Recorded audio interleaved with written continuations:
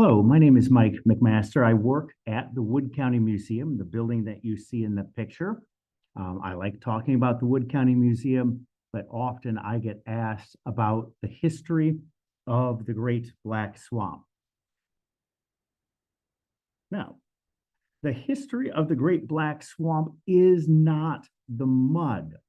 It is the people. Now, some of those people are General Anthony Wayne, Tecumseh, William Henry Harrison, but some of the people that lived in the Black Swamp are just small people, farmers, or today, mailmen, little girls. Now, the Black Swamp stretched between the Maumee River watershed and the Portage River watershed from Lake Erie to about Fort Wayne, Indiana. It encompassed 1,500 square miles. And the title of this program is Black Swamp Stories. And the very first story that I will tell is the dangers of mail delivery. Even the mailmen had a story. They were in the Black Swamp. We will hear their story.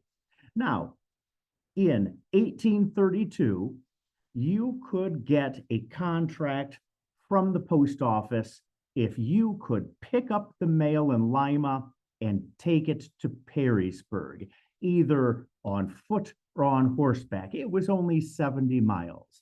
And a young man from the Grand Rapids area in Wood County, his brother had told him that it was not worth the $50, but he tried to do it himself. And as he was on his trip from Lima to Perrysburg, he had stopped on the Sugar Ridge in Wood County. He was very close to Perrysburg to collect that $50, and he heard the sound of wolves. He knew the dangers of the wolves, and he had built a small fire. Well, that small fire was not enough to keep the wolves from getting him. So he climbed or crawled into a hollowed out log and pulled that fire towards him. The small fire was still not enough to keep the wolves at bay. And as he stoked the fire, the log and the mail and his coat all caught on fire. And he went to Perrysburg with the burnt and charred mail and told them that he was through and that the $50 was not enough. Now, one of the great natural hazards in entering the Black Swamp is the Blanchard River. In order to collect the mail in Lima and take it to Perrysburg, you must first cross the Blanchard River. It's a strange river.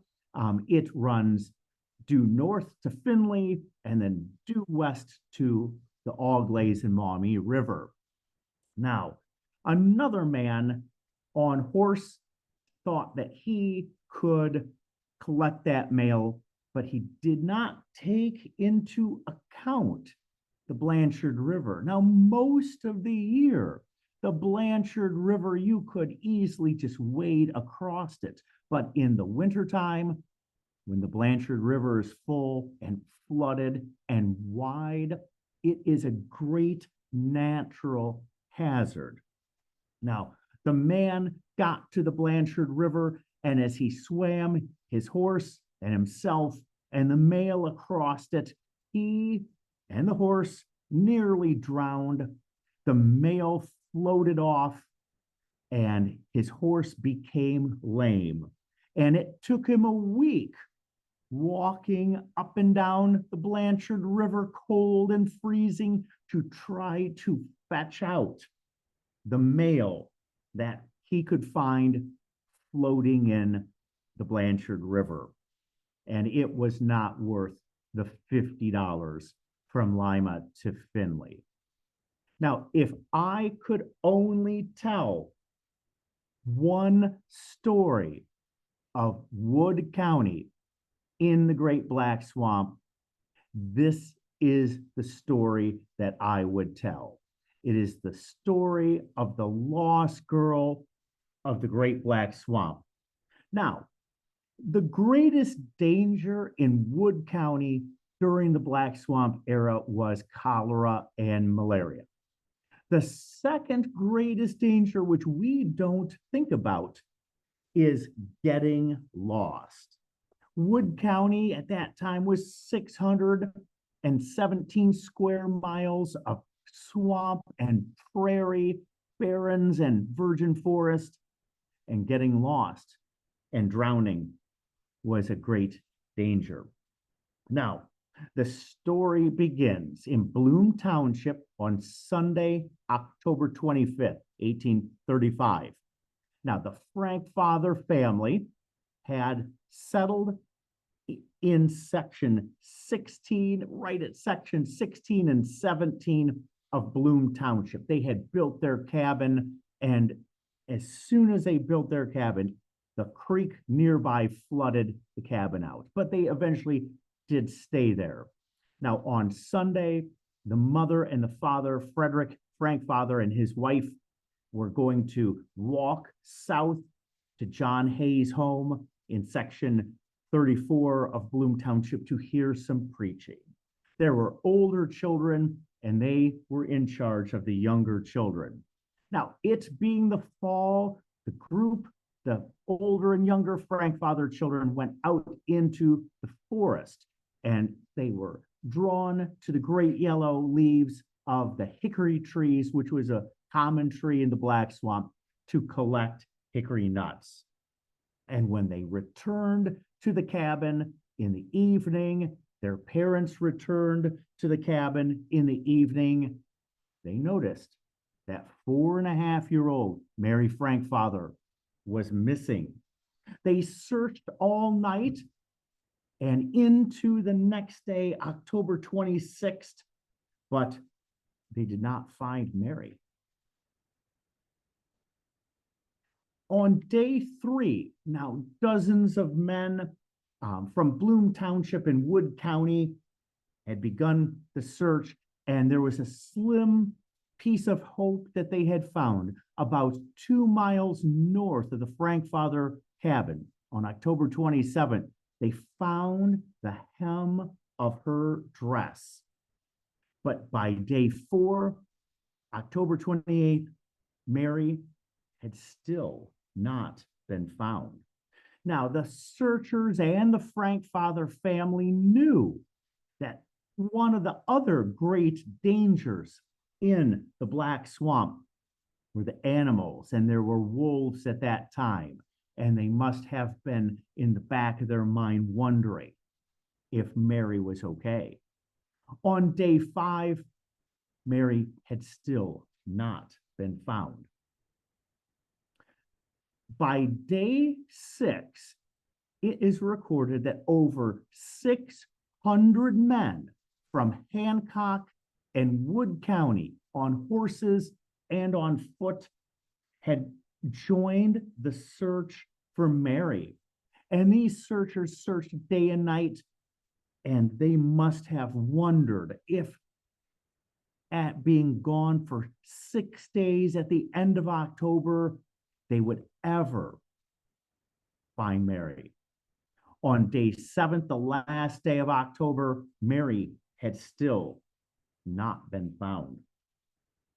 You can imagine Mary's mother worrying about her lost 4.5-year-old daughter out in the swamp, still not being found a week later.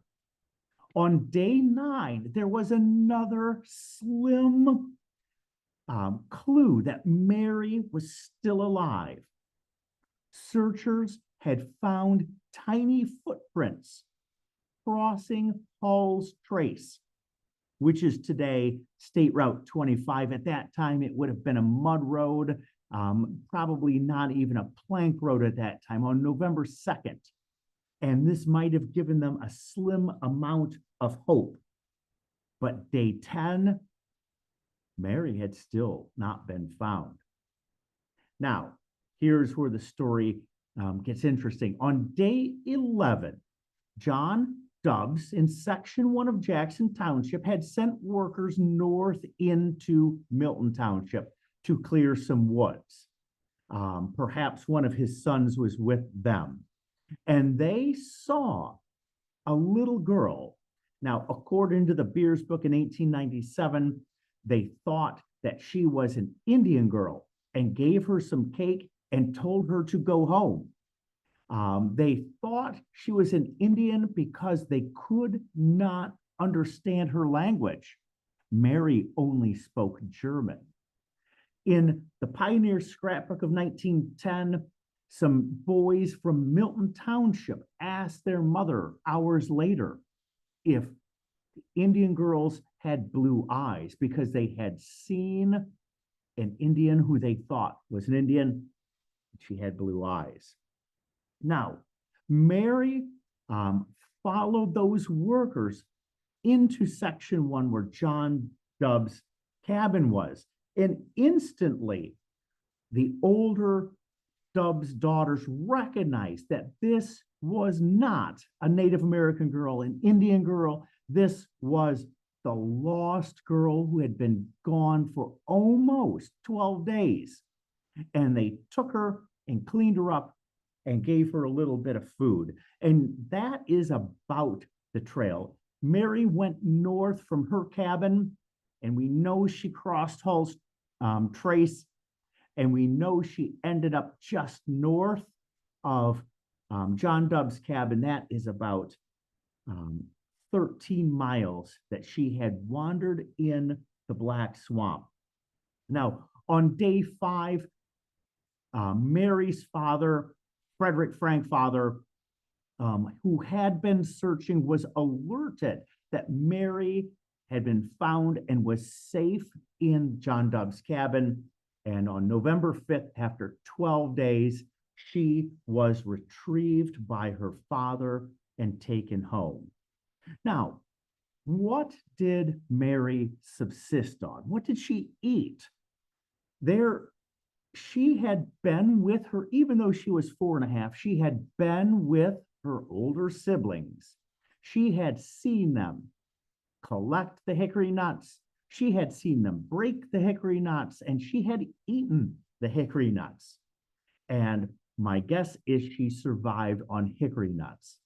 There is an older story than this of a young boy lost in the Black Swamp for 21 days. And when he was found, he told them that he had subsisted on the hickory nuts that were plenty in Wood County at that time. Now, I've often wondered, it's the end of October, the beginning of November. Mary might not have had a coat. She definitely did not have a blanket. How is it that she did not freeze or die of hypothermia? In a very old newspaper article, they asked Mary herself, as a young woman, how is it that you did not freeze? And she said that she slept by a fire every night. Now, what were those workers doing in Milton Township? They were deadening trees, girdling trees is what we might call them. They were burning areas that could later be farmed. And these fires were not attended. Mary would every night have been drawn to the smoke, to the fire, and found nobody. But she could sleep by this fire every night and not freeze to death. Now, in the two accounts in the Beers book of 1897 and the Pioneer Scrapbook of 1910, there is a dog in the story. In the Beers book, it's Tip. In the Scrapbook of Wood County, the name of the dog is Penny. And in these accounts, the dog gets snatched up by the wolves, but Mary is miraculously saved from the wolves. Now, I have read many accounts of the pioneers in America, and every time there is a lost child, there is a dog who always gets snatched up by wolves, and the child is miraculously saved. I do not know if Mary, if the had a dog with her, or the dog was added to the story 50 years later just to make it a more interesting story. Now, in the scrapbook, Mary's father is spelled Mary Frederick Frank Fowder. And in the Beers book, it's spelled Frederick Frank Father. In the scrapbook of 1910, Mary's father, and we know Mary spoke German, I believe they spelled it Frankfauder to make it sound more German. In the Beers book, which also has biographies and genealogy in it, they spell it Frank Father. There are still Frank Fathers in Wood County. They spell it correctly. Mary had a number of brothers: Jacob, David, Solomon, Josiah, John, Henry, and Samuel.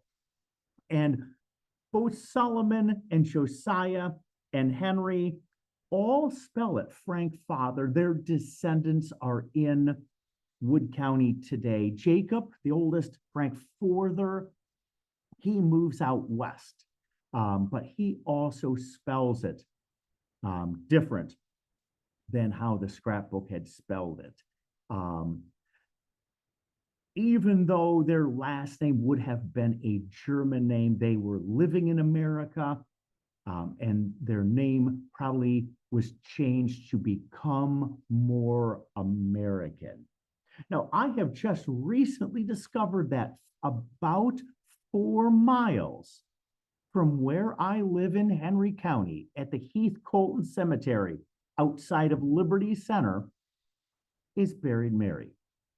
She married John Heiser. They moved to the canal town of Texas, Ohio, and then later on out into Colton, Ohio in Henry County.